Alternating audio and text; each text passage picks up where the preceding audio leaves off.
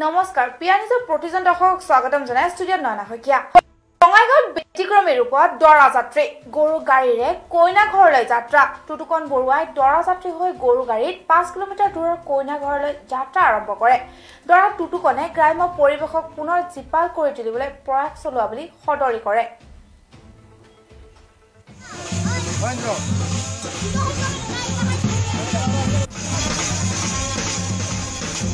জনজীৱনৰ অন্যতম এক বৈশিষ্ট্য গৰু এতিয়া নষ্টালজিক হৈ পৰিল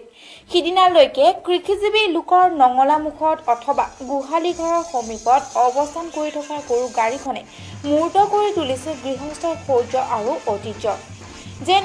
এই গাড়ীখনৰ অস্তিত্বই প্ৰকট হৈছিল গৃহস্থৰ মেটমৰা ভঁৰালৰ অৱস্থিতি এটা দিন আছিল যিটো সময়ত গৰুৰ গাড়ীখনকে মূলধাৰ কৰি গ্ৰাম্য সমাজৰ লোকে বছৰটোৰ বাবে সোণগতি কঢ়িয়াইছিল অসমীয়া সমাজ জীৱনত এনে এটা দিন আছিল যিটো সময়ত চৈ দিয়া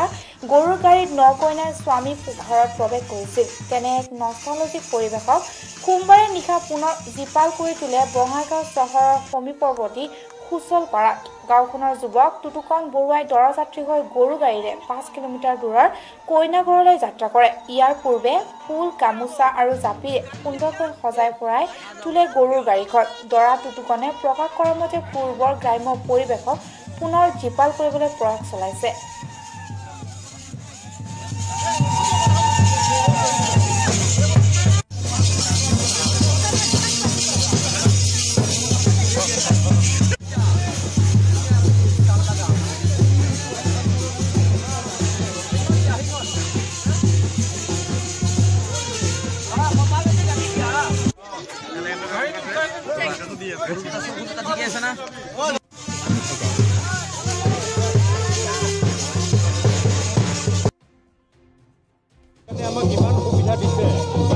আপুনি আজি গৰুৰ গাড়ীত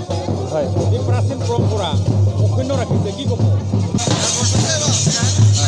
জনাইছোঁ আপোনালোকক আশা কৰি অশেষ ধন্যবাদ আৰু লগতে মই বহুত দিনৰ পৰা এটা আশা আছিলে যে আগৰ দিনত যেনেকৈ শুভ বিবাহবিলাক যেনেকৈ আমাৰ সাংস্কৃতিকবিলাক আগন্তুক দিনত যিবিলাক উঠি বা যিবিলাক নিয়ম ৰীতি নীতি সেইবিলাক যাতে বজাই ৰাখে তাৰ কাৰণে মই এইখিনি আজি আপোনাৰ আশীৰ্বাদত মই এইখিনি কৰিছোঁ আজি খুব ভাল লাগিছে আপোনালোকে আহিছে তাৰ কাৰণে ধন্যবাদ আমাক ইমান সুবিধা দিছে তাৰ পৰিৱৰ্তে আপুনি আজি গৰুৰ গাড়ীত হয় এই প্ৰাচীন পৰম্পৰা অক্ষুণ্ণ ৰাখিছে কি ক'ব